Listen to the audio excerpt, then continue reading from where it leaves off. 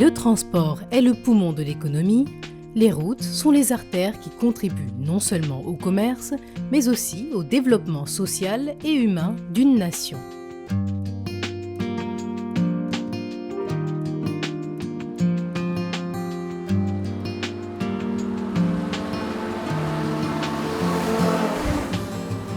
La construction de la route, ça nous a permis d'atteindre certaines localités où on avait du mal à atteindre pour la sensibilisation sur la problématique du VIH.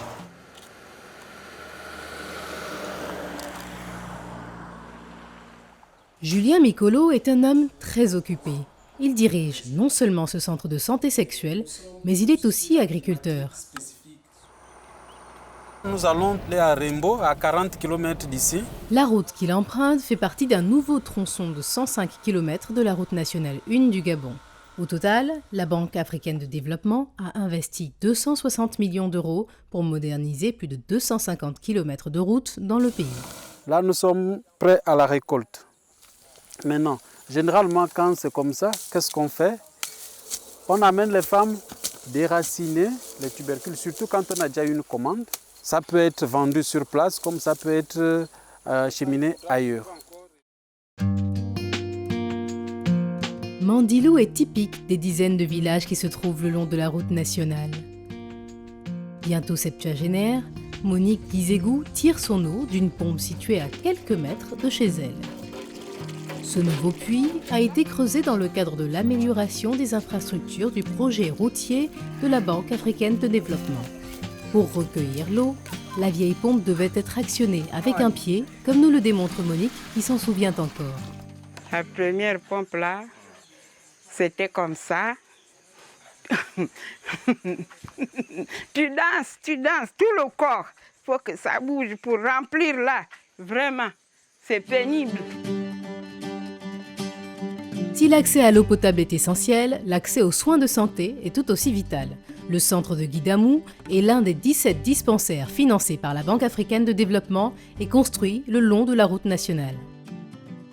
Quand ils ont fait passer la route, ils ont fait l'installation des panneaux, ils ont mis le forage là, j'ai de l'eau sur place et je ne me déplace plus tellement, je fais tout sur place. Je suis logé à côté là, même la nuit on peut me cogner, je me déplace, je passe au dispensaire traiter l'eau malade.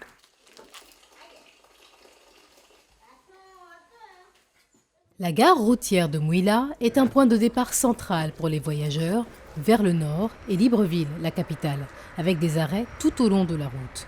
Et chacun a sa propre raison de voyager. Moi, c'est le travail, puisque je fais les allers-retours, je voyage quotidiennement. Moi, c'est le petit commerce que je fais. À l'époque, c'était pas encore l'argent. Si on avait n'arrive même pas ici, il fallait avoir une 4x4 pour le transport ici. Mais depuis qu'il y a le gouvernement, même un taxi arrive ici à Mouila, peut parcourir Lambaréné et Mouila sans problème à leur retour. En 2 heures seulement. En temps à l'époque, il fallait faire au moins 5 heures de temps en route avec les brebis et puis les cassis. Au total, 5 ponts ont été construits. L'ancien et le nouveau se côtoient sur la rivière Doubou.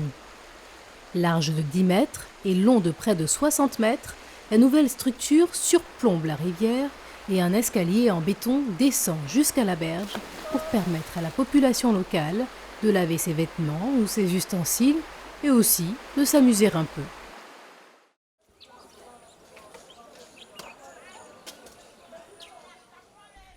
À quelques kilomètres de là, l'infatigable Julien Micolo a quitté ses champs et inspecte maintenant le motel qu'il est en train de construire. Je suis encore en plein chantier, vous allez le voir. Je ne suis pas encore tout terminé. Il y a du développement, il y a des étrangers qui arrivent. Il faut bien qu'ils trouvent des endroits où se loger. Des changements majeurs sont en cours ici et ailleurs au Gabon. Cela grâce à l'engagement de la Banque africaine de développement pour densifier le réseau des ponts, routes et autoroutes du continent.